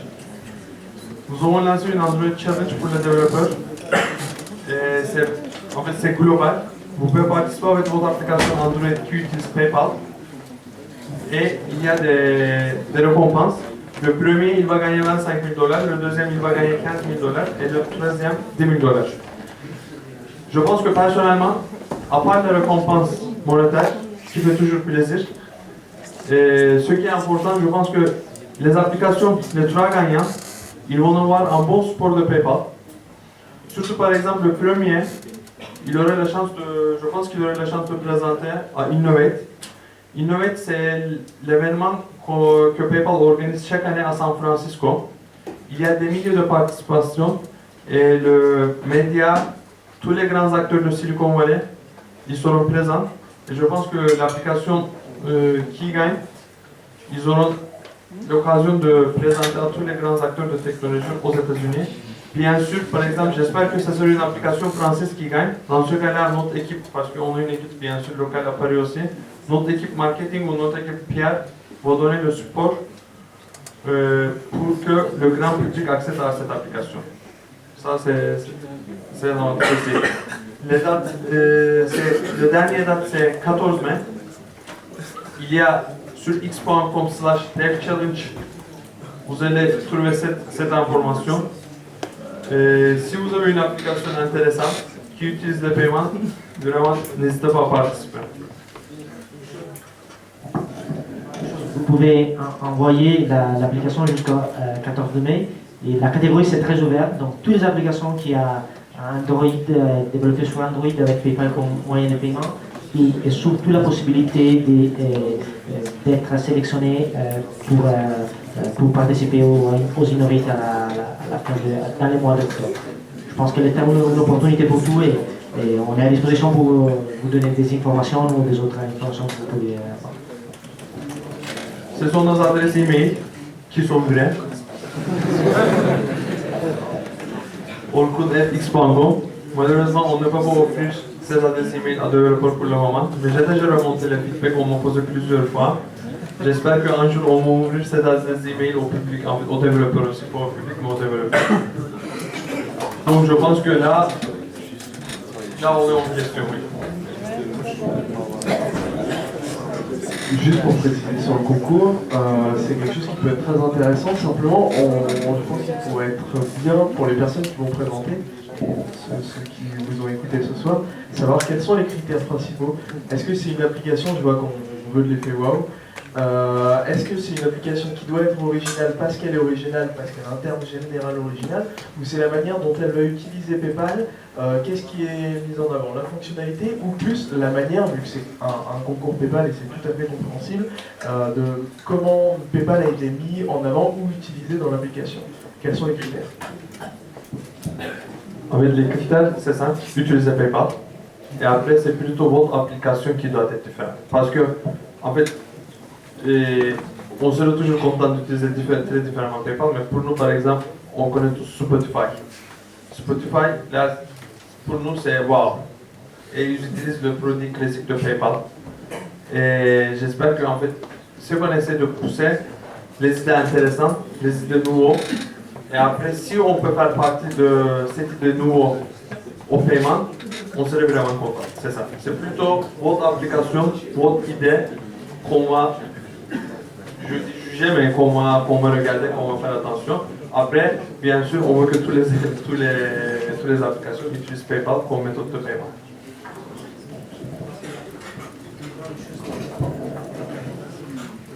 Après le 14 mai, il y a la possibilité de faire des modifications de l'application, mais uniquement de la part des user interface. Donc si vous avez consolidé l'application pour la part des paiements, vous pouvez envoyer avant le 14 mai. Et après le 14 mai, il y a encore la possibilité de faire des petites modifications sur l'application. Donc, je sais, j'ai parlé un peu beaucoup, mais si vous avez des questions, j'ai toujours la force de répondre.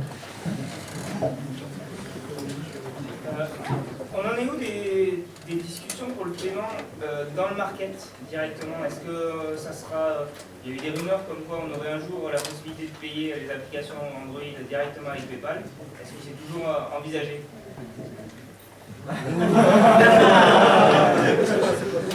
Toujours en discussion? C'est en discussion. C'est en discussion.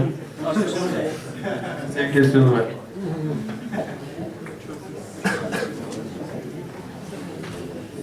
D'autres questions? Je pense que... Bonsoir.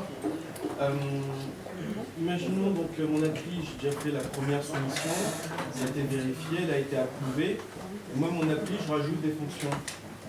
Et donc, je veux sortir une nouvelle version. À ce moment-là, est-ce que vous soumettre la version à PayPal? Non, dans ce cas-là, si vous ne changez pas l'utilisation de PayPal, le module de paiement en fait, la partie de paiement de votre application, si vous ne le changez pas, non. Mais si vous changez le modèle de votre application, le modèle de paiement, le paiement, la partie paiement, dans ce cas-là, ce serait toujours mieux de contacter PayPal, l'équipe DPS, Developer Technical Service, pour leur mettre au courant du changement que vous faites. Et dans ce cas-là, je pense que c'est eux qui vont dire, en regardant vos infos, c'est eux qui vont dire, vous pouvez continuer à utiliser votre App ID, ou ils vont vous dire de refaire une soumission pour une deuxième revue.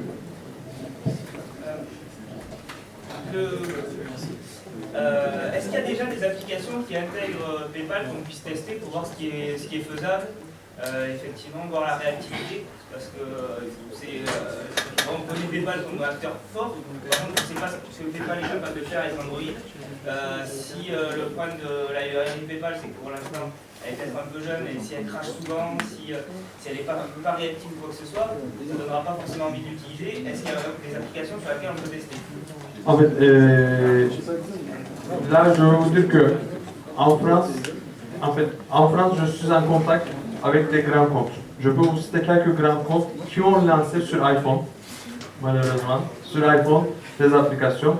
C'est Aquarelle, c'est le même produit en fait, Aquarelle ou Téléthon. Vous pouvez faire des donations à Téléthon via PayPal. Téléthon, c'est un mobile site, c'est pas une application. Et pour Mobile Express Checkout, en fait, si vous allez sur n'importe quel site, oui, je peux dire un point qui peut être un peu, peut-être, pour vous un peu surprenant, mais nos produits mobiles, ils sont disponibles que Android version 2.0 et après. Des commentaires? Donc, sur Android 2.0 et iPhone, si vous allez n'importe quel site qui accepte PayPal, je ne vais pas donner les sites, mais les 28 sur 50 des grands comptes, ils acceptent PayPal en France aujourd'hui. Si vous choisissez PayPal, même si leur site n'est pas optimisé PayPal, n'est pas optimisé mobile, si vous choisissez de payer par PayPal, le flow, l'interface que PayPal vous allez voir, ce sera optimisé mobile. Parce qu'on va détecter Android et iPhone et on va optimiser l'interface. Et pour les applications Android, je vais m'en enseigner. Je sais qu'il y a des applications, mais je vais m'en enseigner quelles sont les applications en France qui sont lancées.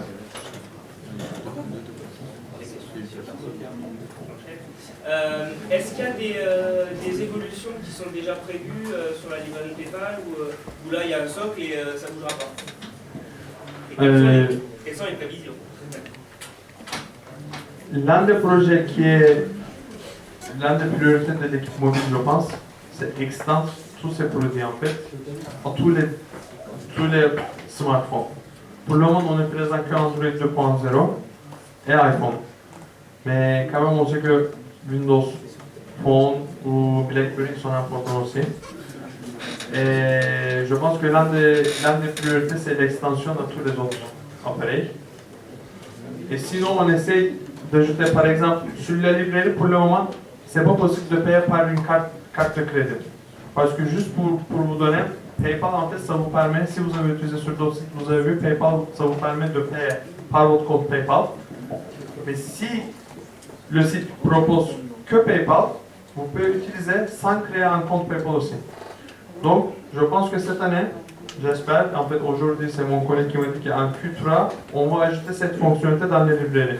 Ça veut dire que dans votre application, une personne qui n'a pas de compte PayPal, il peut payer avec sa carte de crédit et il peut continuer à son achat. C'est une des fonctionnalités qu'on me demande beaucoup en fait, c'est tout ça que je vous fais. Est-ce que d'ailleurs, est-ce qu'on peut créer, je n'ai pas de compte, mais est-ce que je peux le créer dans le... Avec l'application officielle PayPal, oui, mais dans les librairies, non. Avec les librairies, non. Donc à la rigueur, on peut demander à l'application après le...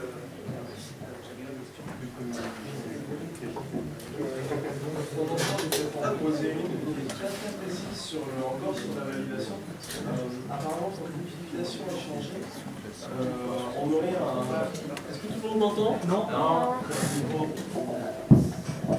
Donc, une question encore très précise sur la validation des applications. Il semble, en tout cas d'après ce que j'ai cru comprendre, qu'on changeait d'identifiant développeur lorsque l'utilisation de PayPal était changée, c'est ça? Donc on soumet à validation, c'est revalidé et on a de nouveau un nouvel ID qui correspond, qu'on a inséré dans les librairies.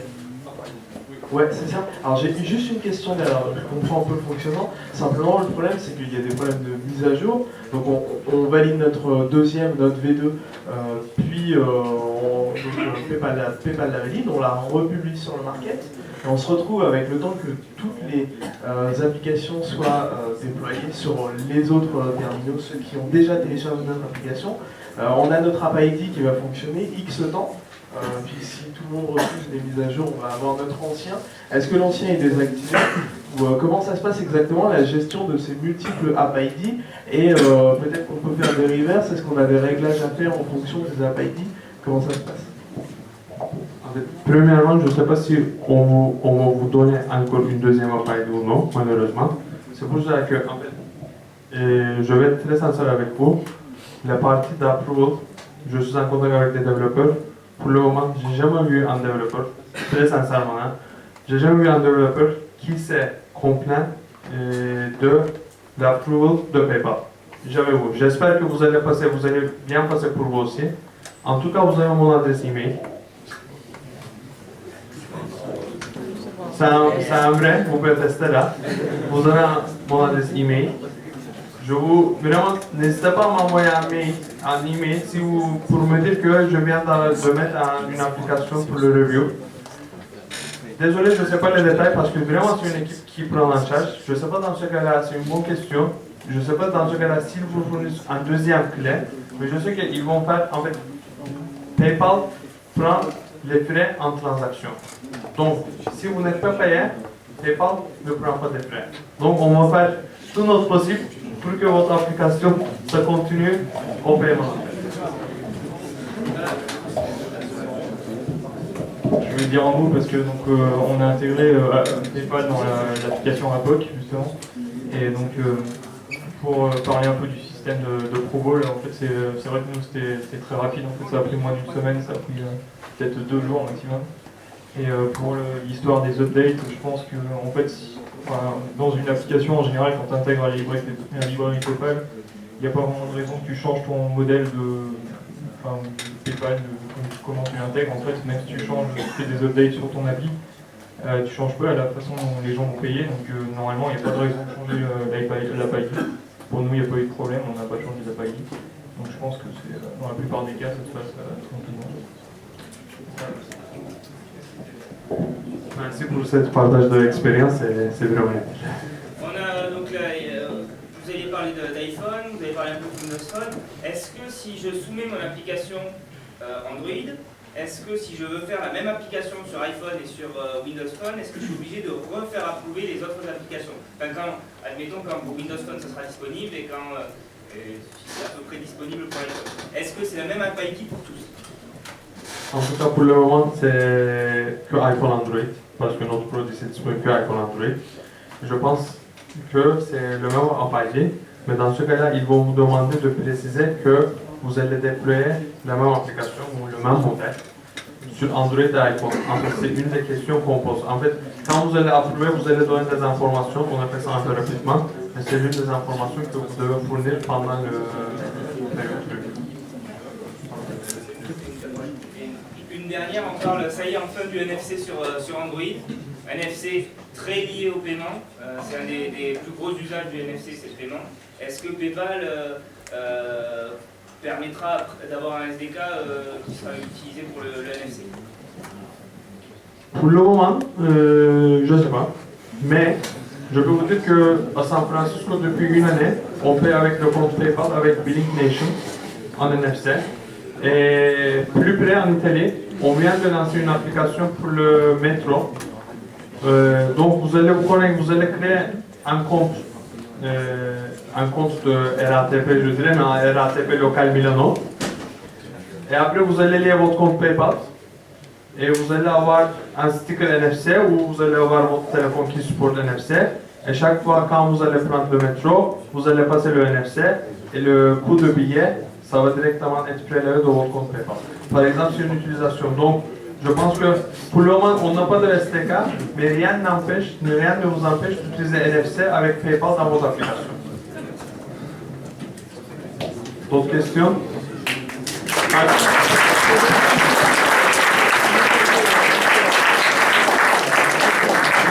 Merci, alors je vois, il y a un peu d'heure, je ne sais plus quelle heure il doit être quelque chose comme...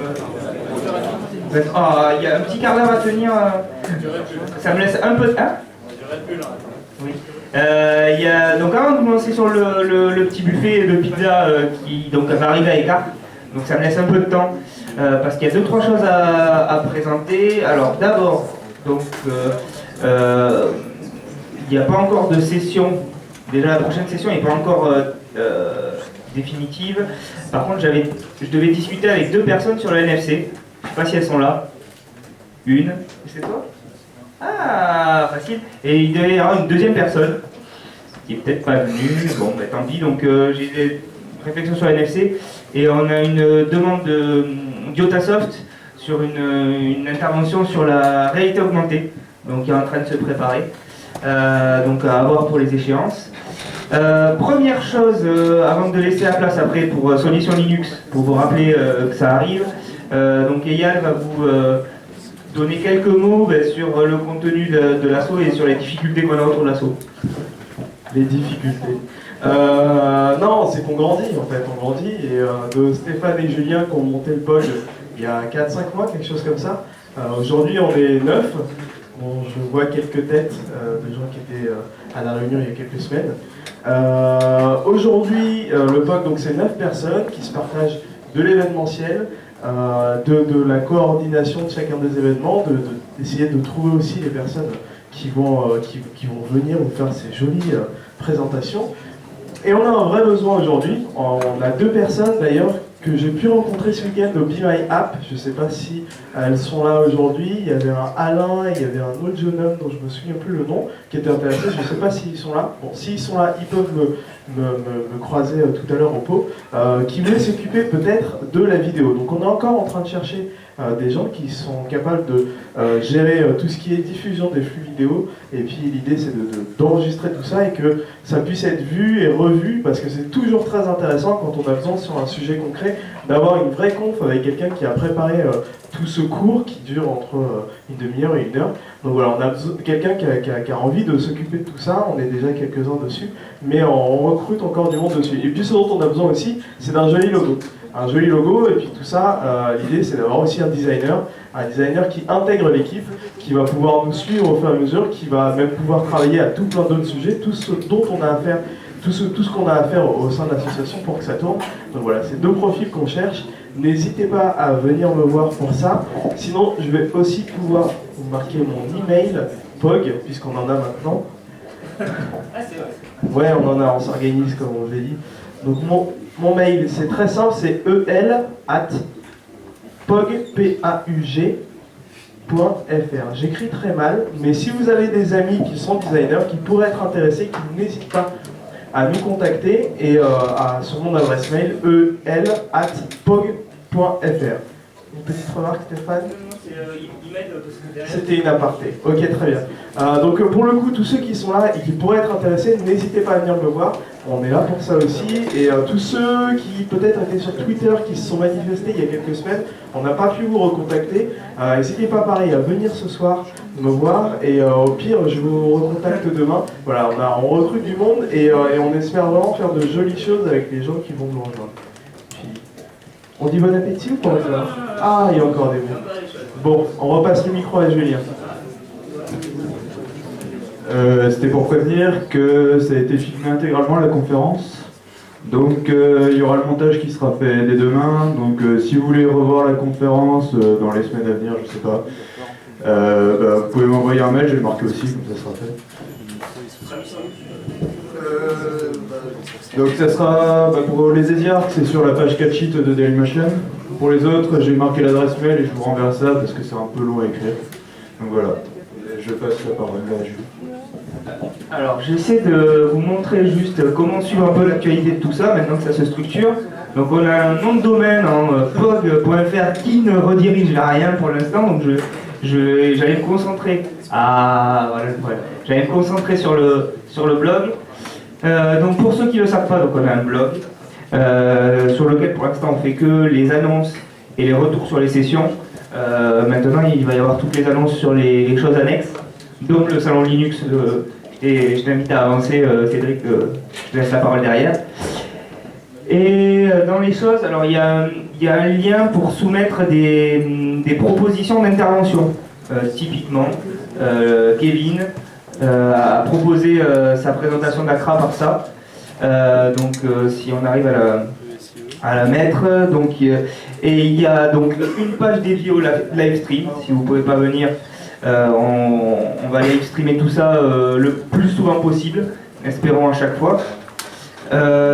Et dernière chose, le Twitter qui carbure, pardon, et qui n'ont tout la... Ça c'est un bon moment de solitude. Et donc voilà, donc pour nous suivre vraiment pour l'instant le blog, le Twitter, et à terme on est en train de mettre en place une petite structure web pour avoir un peu plus de présence. Et donc je donne la parole à Cédric pour Solutions Linux pour un rappel de l'événement qui arrive. Merci, bonsoir. Ouais, je voulais dire deux choses. Première chose, donc il y a, je sais pas s'il y a des gens qui vont à Solutions Linux, qui connaissent Solutions Linux ici. Non, levez la main, ceux qui connaissent. Ok. Donc Solutions Linux, c'est un événement qui a lieu une fois par an sur tout ce qui est open source. Ça a lieu donc le 10, le 11 et le 12 mai au CNIT à la Défense. Et on a la chance d'être invité, le POG, d'être invité donc, à ce salon. Donc on aura un stand qui sera dédié à Android à Solutions Linux. On cherche des gens donc, pour nous aider à monter ce stand. Et aussi, pourquoi pas être présent. Et puis sinon, pour les autres, pour venir aux Solutions Linux et bien nous voir et discuter. Ça, c'est la première chose que je voulais vous dire. La deuxième chose que je voulais vous dire, donc c'est presque officiel, normalement c'est annoncé mardi. Il va y avoir une retransmission du Google I.O. Qui a lieu à la même période que Solutions Linux, qui va avoir lieu en direct, donc retransmission en direct des États-Unis au CNIT. Donc il y aura 300 places réservées. Donc normalement, les ouvertures des réservations vont se faire mardi. Donc je vous invite, si ça vous intéresse, à suivre en direct le Google I.O. de regarder le site du salon pour vous inscrire. Ça, c'était le deuxième message. Et le troisième, donc ça c'est un peu en avance de phase, mais ça va clairement, je pense, vous intéresser, c'est qu'a lieu en octobre le Mobile IT, qui est un salon dédié au mobile, dans lequel il va y avoir tout un track réservé aux comptes de développeurs. Et donc pour les étudiants ou les développeurs qui sont dans le marché du travail, ils pourront suivre ou intervenir lors du Mobile IT qui a lieu en octobre. Et il y a l'ouverture des conférences, donc pour ceux qui veulent faire des confs, je passerai ça sur le blog du POG.fr. Voilà le message. Merci.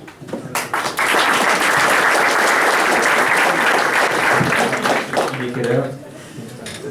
Il nous reste, on va être bon, il nous restera 5 minutes pour nous déplacer, on aura des premières. Alors, c'est bon, alors donc, donc le blog paris-aug.blogspot.com. Donc ouais, vous voyez, là il y a un retour sur la session de la fois précédente. J'essaie à chaque fois de récupérer les slides, donc c'est intéressant comme archive. On met en place, donc d'habitude il y a au moins le live stream qui peut être retrouvé, et là on a la chance que les étudiants nous proposent un contenu un peu plus propre. Et alors si tu remontes un tout petit peu, donc il y a notre flux RSS, si vous aimez les flux RSS. Donc pour l'instant ici il y a 2 pages alors, où j'essaie de lier, il y a d'autres Android user group qui sont en train de se lancer à Bordeaux, dans le Poitou-Charentes je crois, peut-être à Toulouse. Donc là je vais essayer de lister ça et de garder un petit annuaire. Il y a le player live stream et donc va arriver bientôt le formulaire, la page. Alors si tu peux redescendre Stéphane, remonte, elle doit être ici, il doit y avoir le lien. Pardon, voilà. Proposez votre présentation, voilà, si tu cliques, en fait ça va renvoyer. Voilà. Donc pour l'instant c'est un billet, ça va devenir un truc un peu plus complet, où on vous demande, voilà, si vous descendez, donc de vous présenter. L'idée c'est un peu de dire qui vous êtes et qui vous représentez, pour après nous travailler la com autour de ça. Évidemment un email pour vous contacter. Et surtout ce que vous voulez présenter. L'idée c'est pas de dire moi j'aimerais une présentation sur le NFC, sur quoi que ce soit, c'est de dire moi je peux faire une présentation sur tel thème, justement pour nous aider à nous faciliter la tâche pour organiser les sessions, parce que pour l'instant on a du mal à avoir une session d'avance, parce qu'il faut trouver les présentations, il faut trouver les lieux. J'invite aussi les écoles d'ingénieurs de Paris à se manifester pour nous accueillir, parce qu'on va essayer de tourner. Là ici ça s'est super bien passé, précédemment à l'ECE et à l'EFRE ça s'était super bien passé aussi.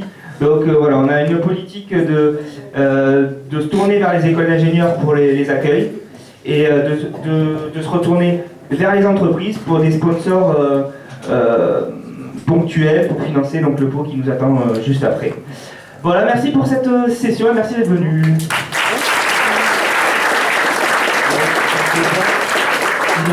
Ça se passe.